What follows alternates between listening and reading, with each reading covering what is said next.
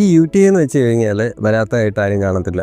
Especially ഇത് കൂടുതൽ problematic ആയിട്ട് വരുന്നത്, റിക്കറൻ്റ് ആയിട്ട് വരുന്നത്, പ്രശ്നമായിട്ട് വരുന്നത് ആർക്കാ? ഫീമെയിൽസിലാണ്. ഓക്കെ, തീർച്ചയായും നിങ്ങളുടെ അഭിപ്രായങ്ങൾ അതുപോലെ നിങ്ങളുടെ എക്സ്പീരിയൻസുകൾ താഴെ കമൻസിൽ മെൻഷൻ ചെയ്യുക. അപ്പോൾ UTI വന്നു കഴിഞ്ഞാലുള്ള പ്രശ്നം എന്ന് വെച്ച് കഴിഞ്ഞാൽ ചില ആൾക്കാർക്ക് അത് സിംറ്റംസ് ആയിട്ട് എക്സ്പ്രസ് ചെയ്യും, നല്ലോണം എക്സ്പ്രസ് ചെയ്യും. ചില ആൾക്കാർക്ക് അത് അറിയത്തില്ല.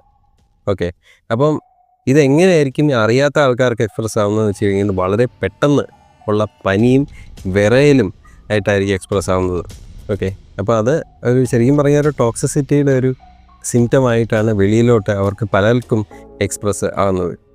പക്ഷേ ചില ആൾക്കാർക്ക് നോർമലായിട്ട്, അതായത് സാധാരണ പനിയുടേതായിട്ടുള്ള ലക്ഷണങ്ങൾ കാണാം, മൂത്ര കടച്ചിൽ കാര്യങ്ങളൊക്കെ എക്സ്പ്രസ് ആകുകയും ചെയ്യും. അപ്പോൾ അങ്ങനെ വരുന്നുണ്ടെങ്കിൽ നാച്ചുറലായിട്ടുള്ള സാധാരണഗതിയിൽ എന്ത് ചെയ്യും, ആൻറ്റിബയോട്ടിക്സ് കാര്യങ്ങൾ കണ്ടിന്യൂസ് ആയിട്ട് വരുന്ന സമയത്ത് എടുക്കുക, പിന്നെ സബ്സൈഡ് ആവും, പിന്നെയും വരുന്നു, പിന്നെയും സബ്സൈഡായി മെഡിസിൻ എടുത്ത് പോയി. അങ്ങനെ റിക്കറൻ്റ് ആയിട്ടുള്ളൊരു ടെൻഡൻസി വരുന്നുണ്ടെങ്കിൽ പല കാരണങ്ങളുണ്ട്. ഓക്കെ, അത് നമുക്കറിയാം. വെള്ളം കുടിക്കാത്തതിൻ്റെ പ്രശ്നമാണ് നമ്മൾ സാധാരണ പറയാറുണ്ട്. ചിലപ്പോൾ സ്ട്രെസ്സ്, ആൻസൈറ്റി കൂടുതൽ എടുക്കുമ്പോൾ ഹോർമോൺ ചേഞ്ച് വരുന്നതിനനുസരിച്ച് വരുന്നതെന്ന് പറയാറുണ്ട്. അല്ലെങ്കിൽ ചിലപ്പം ഹൈജീൻ, ബേസിക് ഹൈജീൻ്റെ പ്രശ്നമാണെന്ന് നമ്മൾ പലപ്പോഴും പറയാറുണ്ട്. പക്ഷേ ഇതിനകത്ത് വേറൊരു കാര്യം കൂടെ ഉണ്ട്.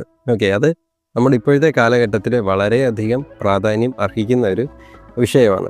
ഓക്കെ, നമ്മളെല്ലാം ക്ലീൻലിനെസ് നോക്കുന്ന ആൾക്കാരാണ്, അല്ലേ? ആയിരിക്കുമല്ലോ. അപ്പം കൂടുതലായിട്ട് ഓവറായിട്ട് അതായത് ജനൈറ്റൽ ഏരിയ വാഷ് ചെയ്ത് കഴിഞ്ഞാൽ ഇപ്പം പല പ്രോഡക്റ്റുകൾ ഇറങ്ങുന്നുണ്ട്, അല്ലേ?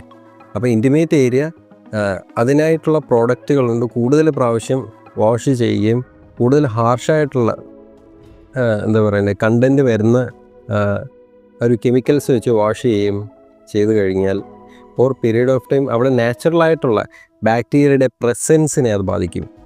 അങ്ങനെ വന്നു കഴിഞ്ഞാൽ നമുക്ക് റിക്കറൻ്റ് ആയിട്ടുള്ള UTI വരാൻ സാധ്യതയുണ്ട്.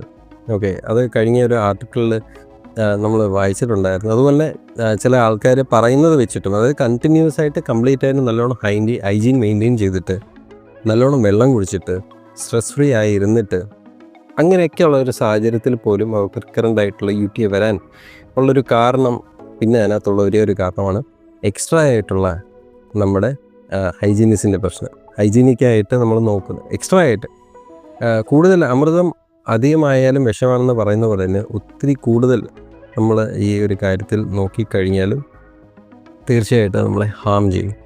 അപ്പോൾ ശ്രദ്ധിക്കേണ്ട ഒരു കാര്യം വെച്ചാൽ ഇപ്പം നമുക്ക് മെൻസസിൻ്റെ ഒരു പ്രശ്നവും കാര്യങ്ങൾ അല്ലെങ്കിൽ കൂടുതലായിട്ട് ബ്ലീഡിങ് ആയിട്ടുള്ള സമയത്തൊക്കെ നമുക്ക് വേണമെങ്കിൽ ഇത് യൂസ് ചെയ്യാം. ഓക്കെ, പക്ഷേ എക്സസ് ആയിട്ട് നോർമലായിട്ടുള്ള സമയത്തും പലതവണ വാഷ് ചെയ്യുക കാര്യങ്ങളൊക്കെ വന്നു കഴിഞ്ഞാൽ അത് നമ്മുടെ ആ ഒരു പാർട്ടിനെ വളരെ നെഗറ്റീവായിട്ട് ബാധിക്കാൻ സാധ്യതയുണ്ട്. ഓക്കെ, അങ്ങനെ സ്റ്റഡീസ് കാണിക്കുന്നുണ്ട്. ഇപ്പം നമ്മൾ നോർമൽ വെള്ളം വെച്ച് പല പ്രാവശ്യം വാഷ് ചെയ്തതെന്ന് വെച്ച് ഇഷ്യൂസ് ഇല്ല. പക്ഷേ ഇതുപോലത്തെ കെമിക്കൽസ് വെച്ച് അധിക സമയം കൂടുതൽ പ്രാവശ്യം യൂസ് ചെയ്ത് കഴിഞ്ഞാൽ ഞാൻ നേരത്തെ പറഞ്ഞ പോലെ അവിടെ ഓൾറെഡി ഉണ്ടാവേണ്ട ബാക്ടീരിയ ഇല്ലാതെ വന്നു കഴിഞ്ഞാൽ വെളിയിൽ നിന്നുള്ള ബാക്ടീരിയ വന്നവിടെ അറ്റാക്ക് ചെയ്യും. അപ്പം നമുക്ക് കണ്ടിന്യൂസ് ആയിട്ടുള്ള UTI കാര്യങ്ങൾ വരാം. അങ്ങനെ വന്നു കഴിഞ്ഞാൽ നമുക്ക് നോർമലി സിംറ്റംസ് വെച്ച് അറിയാൻ പറ്റും. അതിൻ്റെ ഒരു സ്റ്റേജ് കടന്നാണ് ആ ഒരു സിംറ്റംസ് വന്ന് അവസാനം ചിലപ്പോൾ അത് കിഡ്നിയെ ബാധിക്കാനുള്ള ഒരു ടെൻഡൻസി വരെ കാണിച്ചേക്കാം. അങ്ങനെ വരുന്നതിൻ്റെ വളരെ പ്രധാനപ്പെട്ട സിംറ്റമാണ് കുളിര്, ചൂട്, ഹൈ ടെമ്പറേച്ചർ വിത്ത് ചിൽസ് എന്ന് പറയുന്നൊരു സിറ്റുവേഷൻ. അതൊരു ടോക്സിസിറ്റിക്ക് തൊട്ട് മുമ്പത്തെ ഒരു സിറ്റുവേഷനാണ്, അല്ലെങ്കിൽ കിഡ്നിയുടെ ഓർഗൻ ഡാമേജിന് തൊട്ട് മുമ്പത്തെ ഒരു സിറ്റുവേഷനാണ്.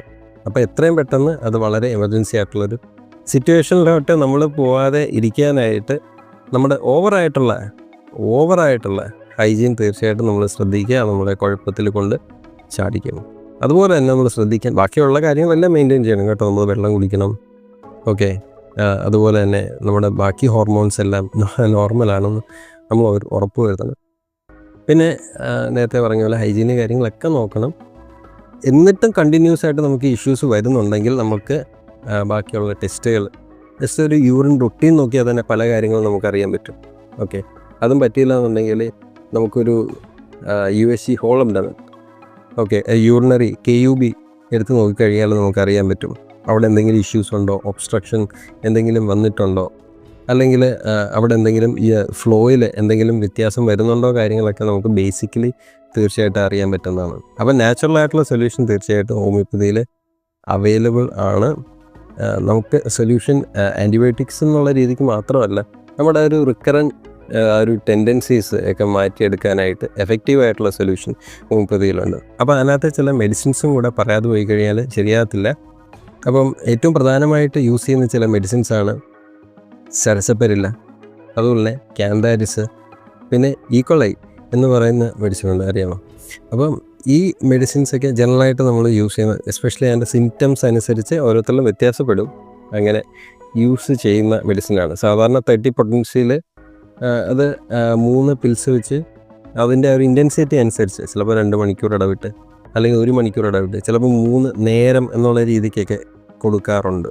നമ്മൾ മനസ്സിലാക്കേണ്ട സത്യം എന്ന് വെച്ച് കഴിഞ്ഞാൽ നമ്മുടെ ബോഡിയുടേതായിട്ടുള്ള നാച്ചുറലായിട്ടുള്ള ഒരു സ്ട്രെങ്ത്, ഒരു ഇമ്മ്യൂണിറ്റി നമുക്ക് ഇതുമായിട്ട്, അതായത് body tendencies or period of time correct ആവുകയാണ് ചെയ്യുന്നത്. അതിലൂടെ നമുക്ക് റിക്കറൻ്റായിട്ട് ഇത് വരാനുള്ളൊരു ടെൻഡൻസി കുറയും. അതുപോലെ തന്നെ നമ്മുടെ നാച്ചുറൽ ഫ്ലോറ അതും മെയിൻറ്റെയിൻ ആയി വരുന്നതാണ്. തീർച്ചയായും നിങ്ങളുടെ അഭിപ്രായങ്ങൾ, കാര്യങ്ങൾ താഴെ കമൻസിൽ മെൻഷൻ ചെയ്യുക. നിങ്ങളുടെ അതുപോലെ തന്നെ എക്സ്പീരിയൻസുകൾ വളരെ പ്രധാനമാണ്, അതും താഴെ മെൻഷൻ ചെയ്യുക. എത്രയും പെട്ടെന്ന് എന്നാലാവുന്നതും നിങ്ങളുടെ ഡൗട്ട് കാര്യങ്ങൾ ഞാൻ ക്ലിയർ ചെയ്യുന്നതാണ്. ഇവർക്കും നല്ലൊരു ശുഭദിനമായിരുന്നു. നെക്സ്റ്റ് വീഡിയോയിൽ കാണുന്നവരെ have A nice day. Thank you.